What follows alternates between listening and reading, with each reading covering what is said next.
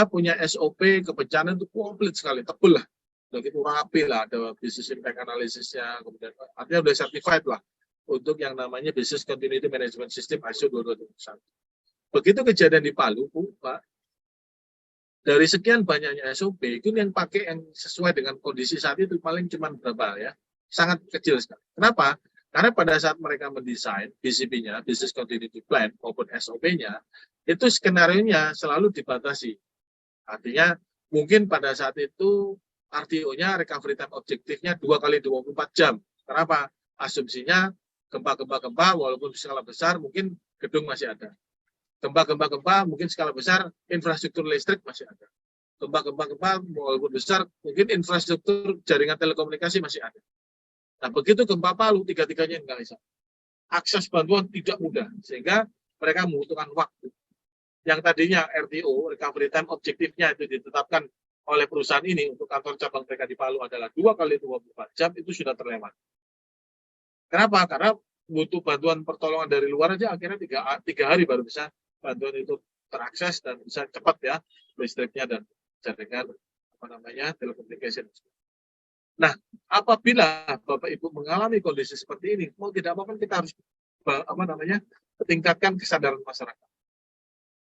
Ada yang namanya konsepnya adalah self resilience atau self kemandirian pertahanan ya, mandiri. Artinya dia menolong dirinya sendiri sebelum dia menolong orang lain. Itu yang ditingkatkan oleh BNPB ya dalam hal ini, maupun BPBD, yaitu Badan Penanggulangan Bencana Daerah, untuk membangun komunitas-komunitas kebencanaan. Contohnya di Bantul itu komunitas LSM-nya banyak sekali.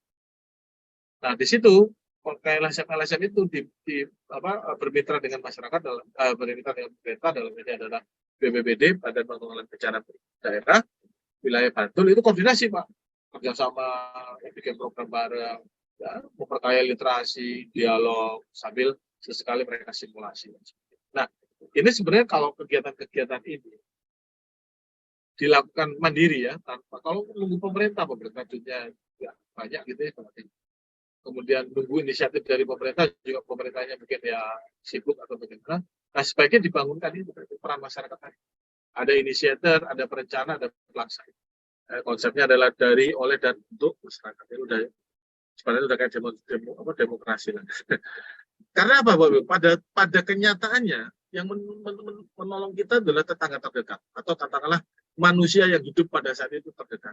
Kalau semuanya seperti kejadian tsunami kan kanan kiri kita udah mayat ya, misal ya. Alhamdulillah saya belum pernah mengalami, tapi kepada rekan saya yang pernah mengalami, dia mengalami sendiri ya, hanyut itu ada berapa ratus meter dia hanyut bergulung ombak, alhamdulillah dia masih hidup. Nah, di situ begitu sadar dia lihat sekeliling. Nah, kalau tidak kemudian kita memberdayakan masyarakat, kita mendidik masyarakat ya, dengan self education, dengan swadaya ya, maka kecepatan kita melakukan penanggulangan dan kecepatan kita merespon terjadinya catastrophic event itu sangat kecil. Bahkan di Korea Selatan itu kan dikenal dengan ready to war, negara yang siap perang, sama dengan Israel. Makanya kenapa program keamanan mereka itu adalah yang salah satu ya kalau di dalam konteks ini ya, bukan berarti alutsistanya bukan, tapi dalam konteks kesadaran masyarakat.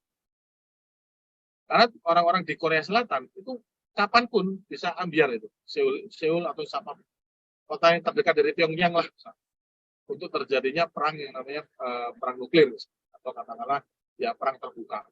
Nah, oleh sebab itu mereka membangun komunitas-komunitas. Nah, salah satu komunitas profesional yang pada saat kami ya mewakili negara waktu itu awal-awal ISO TC 223 dibentuk sebelum ISO 231 dirilis tahun 2012, kami ikut tahun 2010 lah ya.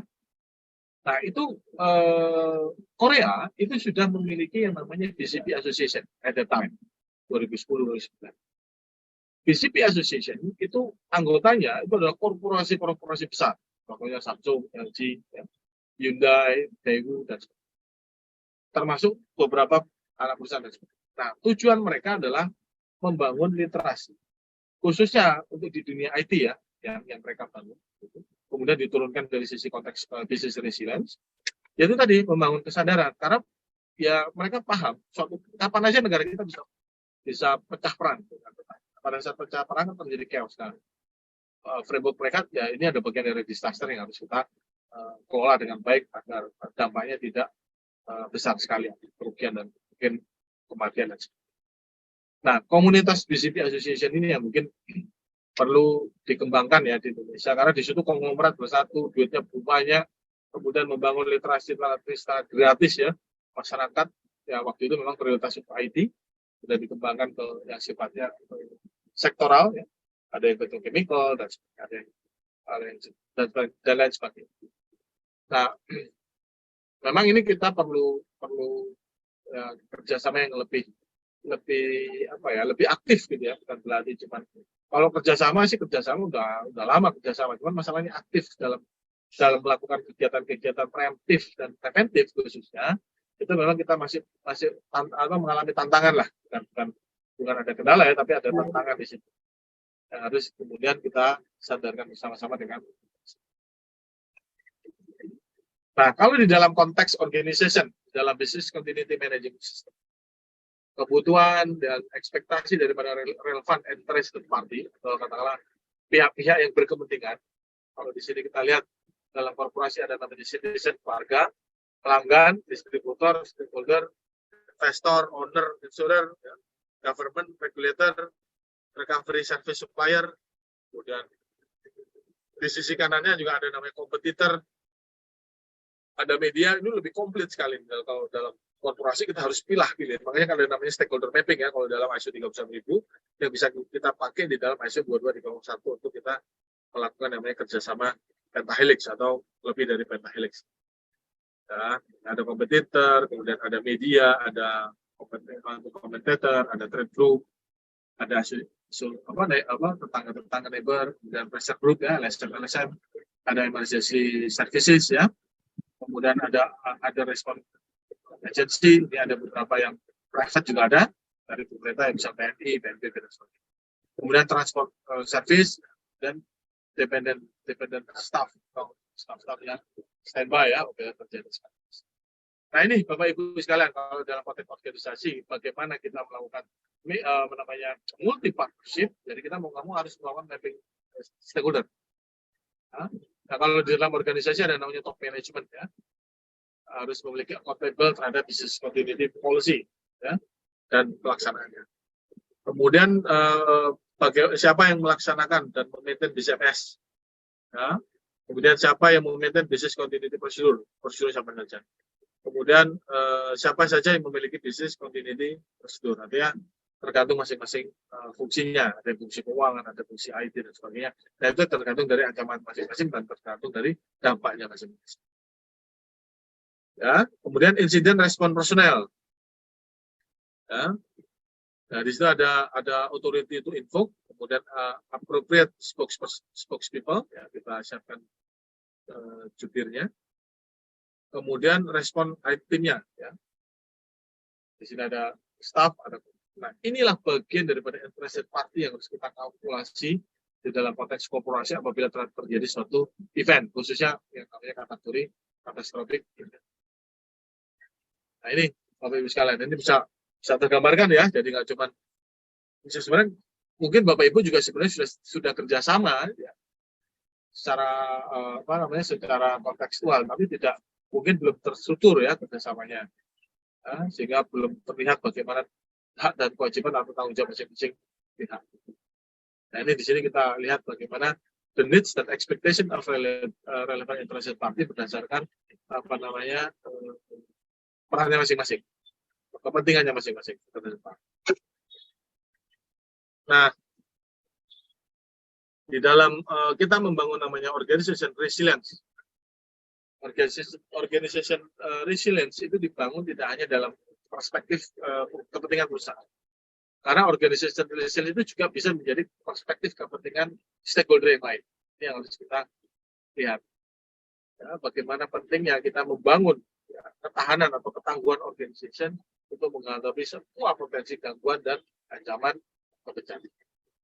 Ya, di sini ada business continuity, ada crisis management team, ada critical environment, ada financial health viability, dan ada human resource management ya, kemudian ada ICT, incident response, IT atau information security, kemudian legal audit, organization behavior, dan risk management, dan supply chain resilience. Nah, ini saya ngambil dari ICOR, ya, konsepnya itu International Consortium of Organization Resilience. Nah, ini yang ingin kita bangun Bapak Ibu sekalian dengan adanya multi partnership tadi. Ujung-ujungnya adalah kita meningkatkan awareness-nya, kita meningkatkan capacity dan capability kita untuk menghadapi semua potensi yang terjadi di tempat kita maupun khususnya umumnya di Indonesia. Baik, Bapak Ibu, sampai di sini ada pertanyaan, silakan. Kalau ada pertanyaan, sebelum kita lanjutkan. Nah, saya pikir di dalam konteks ini, Bapak Ibu sudah memiliki konsepnya ya masing-masing ya. Di sini kan pesertanya cukup banyak ya, ada 24 orang. Nah, ini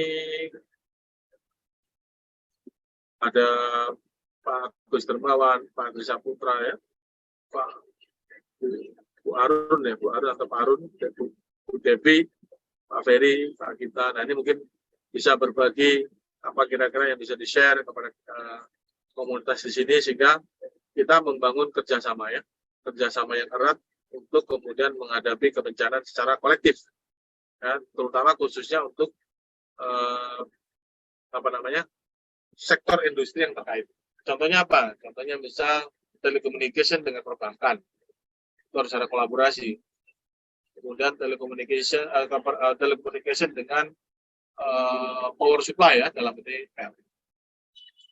Nah, pada saat Bapak Ibu membangun yang namanya interdependensi maupun dependensi, sebaiknya kita memapping dulu apa kekuatan dan kelemahan kita, sehingga kita perlu tahu apa yang kita perlu bantukan dari interested party. Begitu juga sebaliknya, apabila kita punya kekuatan, apa yang kita bisa bantu ke interested party apabila terjadi suatu eskalasi.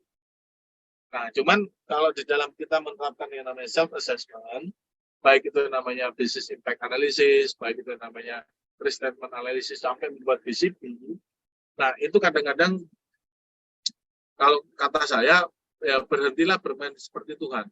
Stop playing like God. Contohnya seperti ini.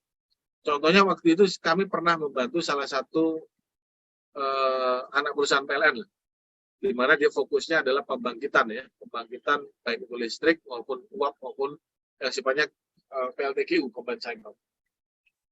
Nah, di fasilitas mereka itu ada namanya gas station dan ada namanya gas station, hidrogen plant atau pabrik hidrogen sebagai satu produk. Nah, kedua fasilitas ini apabila terjadi eskalasi, apabila terjadi ledakan, itu bubar Pak, satu pabrik habis, radius 1 km. Nah, karena mereka terbiasa menggunakan pendekatan risk management, di mana dia melakukan pendekatannya adalah top risk, sehingga dua potensi gangguan tersebut, dua potensi disaster event yang akibatkan oleh industrial accident event, itu tidak pernah dipetakan, tidak pernah dianalisis, tidak pernah disimulasikan. Nah, ini yang bahaya nih Bapak Ibu. Karena apa? Ya kita bukan Tuhan untuk menyatakan gak mungkin Pak Roy, gas station saya meledak itu sudah mungkin. Saya sudah bikin begini ya, ada istilah di dalam ISO 31000 namanya LOPA ya, Layer of Protection Asset. Jadi dia melakukan mitigasi dengan layering. Oh, kita sudah ada ini.